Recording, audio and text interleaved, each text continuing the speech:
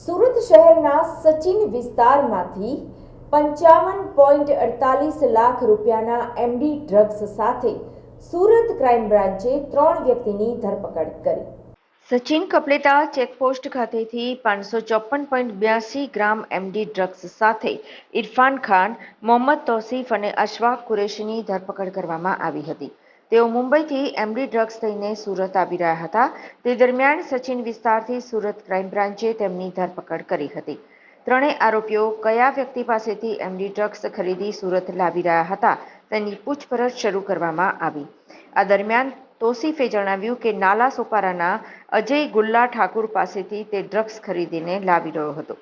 Crime બ્રાન્ચની team જ્યારે મુંબઈ પહોંચી અને અજયની ધરપકડ કરી ત્યારે આ કેસમાં સંડોવાયેલા વધુ એક આરોપીની જાણકારી પોલીસને મળી હતી.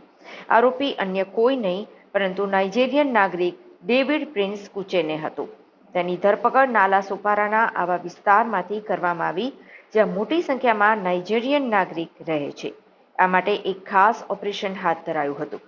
મહારાષ્ટ્રથી સુરત શહેર સુધી પહોંચાડવામાં આવતા એમડી ડ્રગ્સના આંતરરાષ્ટ્રીય રેકેટનો પર્દાફાશ કરી બંને આરોપીઓની ધરપકડ ક્રાઇમ બ્રાન્ચ દ્વારા કરવામાં આવી હતી.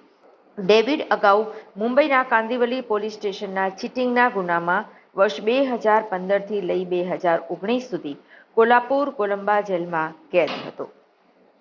સુરત ક્રાઇમ બ્રાન્ચ દ્વારા 16/11/2024ના રોજ no drugs in Surat city અન્વયે સુરત ક્રાઇમ બ્રાન્ચ અને સુરત સિટી દ્વારા ડ્રગ્સ વિરુદ્ધની મુહિમ ચલાવી અને સતત ડ્રગ્સ માફિયાઓ વિરુદ્ધ કામ કરી રહ્યા હતા. એમાં 16/11ના રોજ સુરત ક્રાઇમ બ્રાન્ચ દ્વારા 2 કેસ કરવામાં આવ્યા હતા, જેમાં જહાંગીરપુરા વિસ્તારમાંથી 1 કિલો એમડી સાથે 2 માણસોની ધરપકડ કરવામાં આવી હતી અને પેરેલલ બીજો કેસ કપતલા સચિન પોલીસ સ્ટેશનમાં ચેકપોસ્ટ પાસેથી 550 ગ્રામ એમડી મળ્યું હતું અને એમાં તૌસીફ, ઇરફાન અને 3 લોકોની ધરપકડ કરવામાં આવી હતી. તૌસીફની એની પૂછપરછ દરમિયાન તૌસીફ સુરત ખાતે આ ડ્રગ્સ લાવીને વેચતો હતો અને મુંબઈથી આ ડ્રગ્સ લાવેલો હતો નાલા સોપારા વિસ્તારમાંથી. એક માહિતી આવી મળેલી હતી.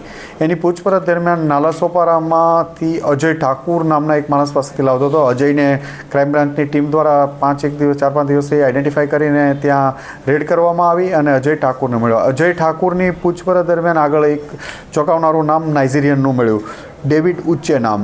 અને ડેવિડ ઉચ્ચે પણ નાલા સોપારામાં જ રહે છે, મૂળ નાઇજીરિયાનો છે અને 10 વર્ષથી ઇન્ડિયામાં રહે છે અને આ બધા ધંધાઓ સાથે સંકળાયેલો છે.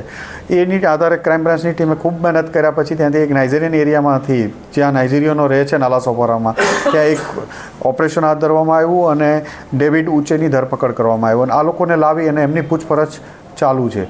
ડેવિડ ઉચ્ચે આની પહેલાં પણ 2015માં એક ફ્રોડના કેસમાં, સાયબર ફ્રોડ કે ફ્રોડનો કેસ છે એમના વિરુદ્ધમાં, એમાં એરેસ્ટ થયેલો હતો અને 4 વર્ષ સુધી મુંબઈ જેલમાં રહેલો છે અને 2019માં છૂટ્યા પછી ડ્રગ્સમાં ફરીથી આ લાઇનમાં આવવાનું પ્રાથમિક માહિતીમાં મળી આવ્યું છે.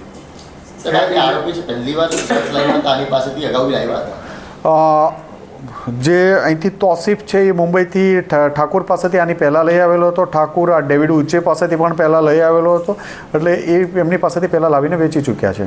આ જે નાઇજીરિયન છે કયા વિઝા પર અહીંયા ભારતમાં રહે છે? એના વિઝા વેરીફાઈ કરવાના બાકી છે. એનો પાસપોર્ટ અને વિઝા એનો જે 2015માં પકડાનો હતો ત્યારે એને સીઝ કરવામાં આવ્યો છે અને એને કયા વિઝા ઉપર હતો ને એ વેરીફાઈ કરવાનું ઇન્વેસ્ટિગેશન દરમિયાન કરી લેવામાં આવશે. બીજી કોઈ હિસ્ટ્રી ખરી જે 2 આરોપી પકડા છે એમાં કોઈ? ઠાકુરની નથી, પણ ડેવિડ ઉચ્ચે 2015માં મુંબઈ પોલીસ દ્વારા પકડવામાં આવ્યો હતો અને 4 વર્ષ જેટલો એ જેલમાં રહેલો છે. બીજો આરોપી છે એનો શું કામ ધંધો છે, મુખ્ય કામ ધંધો શું છે?